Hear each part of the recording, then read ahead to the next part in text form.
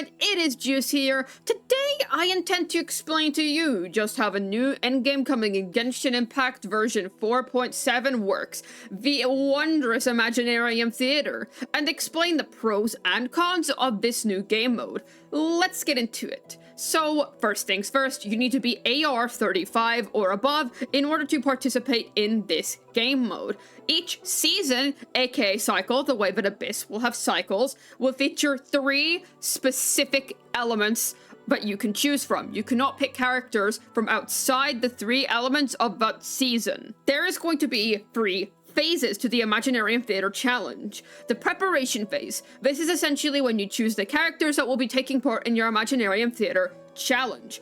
Then the challenge phase, where you can select special events which will let you gain either buffs for your characters or you can add new teammates to your roster. Then you must complete the combat challenge performances. Then the finalization phase. That is essentially when you receive your rewards for clearing the stage. When it comes to the characters you will have an opening cast. There's going to be 6 characters designated as your initial principal cast, aka characters who are going to be featured as the main Imaginarium Theatre characters for that season. You can also play trial versions of the characters that you may not have, so everyone is going to be able to access those featured characters for that season. You can also choose alternate cast members who can eventually become a part of the principal cast by completing combat events or by triggering companion events. That will let you expand the amount of characters you're able to use,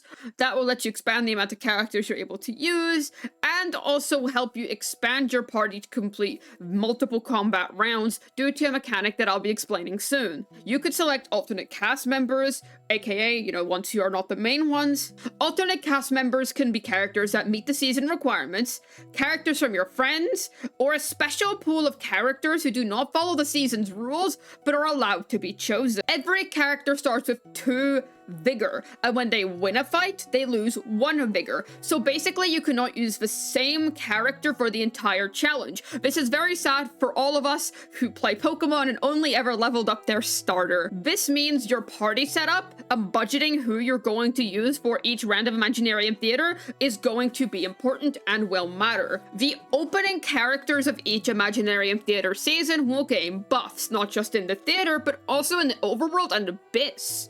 So, featured characters will have inflated strength during this time period, and it's essentially going to be a pretty effective way for Weavers to sell whoever is featured at that time. Here's an example of what that buff would look like. You can also trigger events to add characters to the party or gain buffs, but this can also be risky and have negative consequences on your Imaginarium Theatre run, so we'll keep that in mind whenever triggering setup. When it comes to choosing your teams for each enemy situation, you should make sure to prepare yourself to have the right characters to face the right kind of challenge, and then by doing so you will have a more effective Imaginarium Theatre run, as shown here. Then we get to the Imaginarium Theatre rewards, and I'm pretty sure this is what all of us are wanting out of this game mode. So, the first clear reward, whenever you have absolutely wiped out Imaginarium Theatre, is 1,100 Primo Gems. So, pretty nice that we finally get another first clear reward after all this time. And each season of Imaginarium Theatre is going to offer 620 Primo Gems. How do you access these rewards? Well, simple. You will need to complete 3, 6, or 8 battles respectively under the easy, normal, and hard difficulty levels. For those of you wondering, no, it's not 17 battles overall. It means that you will clear first 3 battles, then 6, then 8. So 8 overall, as shown here by this little graph. So no worry, you're not going to have to grind that much for your 620.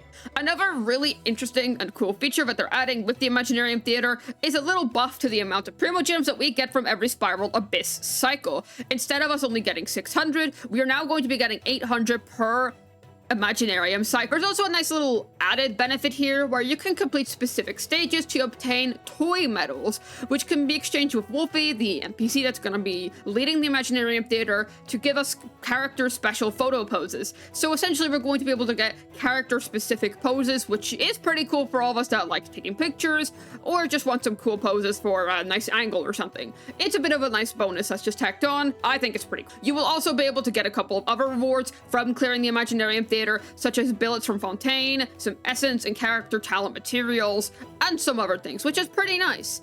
However, do note that this also changes the schedule of the Spiral Abyss, and that the seasons of Imaginarium Theater are also going to follow their own schedule. With the release of a new gameplay, the Spiral Abyss schedule will also be adjusted starting from June 16th.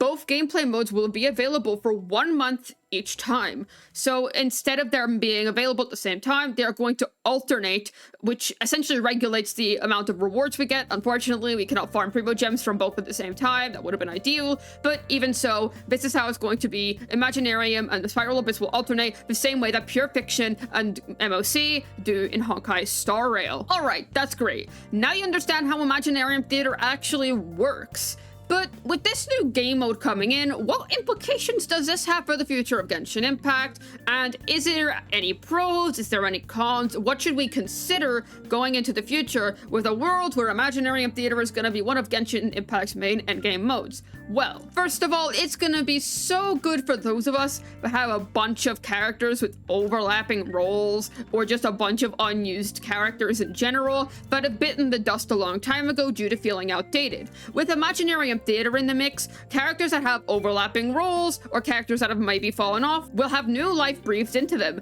And this is because we're going to need to use these characters if we'd like to clear the specific elemental seasons, bringing every element a larger amount of value inherent. For example, outdated teams also now have a better place in the meta. Take Raiden Shogun, for example. She's good in Hyperbloom comps, and most of the time when it comes to the Abyss, you're going to be using her in a Dendro-related team.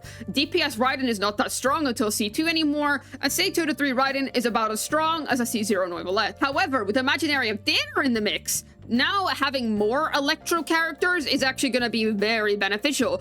So having a DPS Raiden might be good, because that way you'll have more Electro DPSs that'll be able to comfortably wipe out Electro related content. So that means, if you can see my account here, I have Cyno, Yaimiko, Raiden Shogun, and Kaching. I have 4 Electro DPSs, and I also have official built. But with Imaginarium Theater here now, I'm actually going to have a reason to use these characters all in the same kind of challenge. Or with Geo, for example, I'm pretty sure most of us pretty much exclusively use Navia. If there's a Geo season, it might be about time to build my Arataki Ito, because even though Navia is obviously a way better, at least Ito has a chance. Or maybe I'll even be able to bust out my old Albedo again, which is great. So essentially, characters who didn't really have much place before, they're gonna have a place now. Or even my beloved Venti. I do think he's a little underrated as is. However, even so, he may be able to get some more play and more recognition from people in Imaginarium Theater should there be a more AoE based game mode. I don't think Imaginarium Theater is going to be too similar to Pure Fiction. It doesn't look like it's going to be like a super AoE heavy game mode. It really is just going to depend on the characters that are in the theater. But I do believe that if Venti is featured, it's going to be more grouping friendly, for instance. Or if Shenhe is going to be in the trials, then I believe it will be more freeze friendly or something along those lines. More Primo Gems is always cool. That's another pro, but we're all going to get not only a big upfront blast of Primo Gems, but we'll also get some nice consistent Primo Gems over time. As for trial units, I'd say that's also a pro, because it does mean that new players will still be able to access the game mode, though that's a double-edged sword. I'll move on to that in a minute. And overworld buffs, while you could argue they're a bad thing, because it inflates the characters that are on the featured Imaginarium stage, that and also the fact that the content's already really easy. We don't really need buffs for these characters. However, it's going to help whoever sell the characters, and I think the pro here is that it's going to be good for nuke showcases, and it's going to let people push the potential of their characters even more, and we also do need to consider a speedrunning community for Genshin Impact does exist, and I'm sure they will really appreciate being able to take advantage of these buffs and do some crazy solo runs of crazy Abyss challenges, crazy Imaginarium challenges, because after all, this counts for the Spiral Abyss as well. And that's another thing. Speedrunning is also going to have a whole new side added to it, though that's a bit of a smaller pro because that's not really the majority of the community. However, Imaginarium Theater does come with some cons.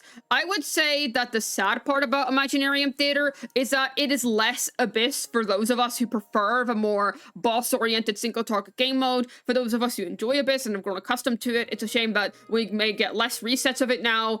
And while I know that most people are quite tired of Abyss, they're looking forward to something new, I still think that the Spiral Abyss still has its place, and it's unfortunate that we're gonna be missing out on more of it. The game mode also might not prove to have a difficulty that we were hoping for. Now, granted, that's a pro depending on who you are. Some people do just want their easy primo gems and then they can just leave. However, if you were someone who was hoping for a greater endgame challenge, you're not really going to find it within Imaginarium, because the game mode is most likely going to be fairly simple. You're getting trial characters. I cannot imagine it being very difficult. Also, newer players may struggle more than you would expect, because yes, we are getting trial characters, but consider how good those trial characters actually are. I have a feeling that they're not going to be as good as the builds that we have ourselves, and they're not going to have as good stats as we have, and so ultimately, we don't know yet if trial units will be good enough to clear comfortably, and if they clear too comfortably, then that just means that our units are overkill and it's going to be a bit too easy. So it could be either or. We'll have to wait and see how the trial units are. I'm hoping that things are balanced. That's my hope. And well, everyone, that's Imaginarium Theater for you. Hopefully you were able to enjoy this video and I was able to tell you how the end game works, some of its pros, some of its cons, and just things to generally consider when going into it. Feel free to comment down below if you have any questions, and consider joining my Discord so you can reach out to me personally and ask me any further 4.7 questions you have. This has been Juice, signing out, and ultimately, I'm really hoping that Imaginarium Theater is gonna have an animo season so that I can bring back my best boy for good.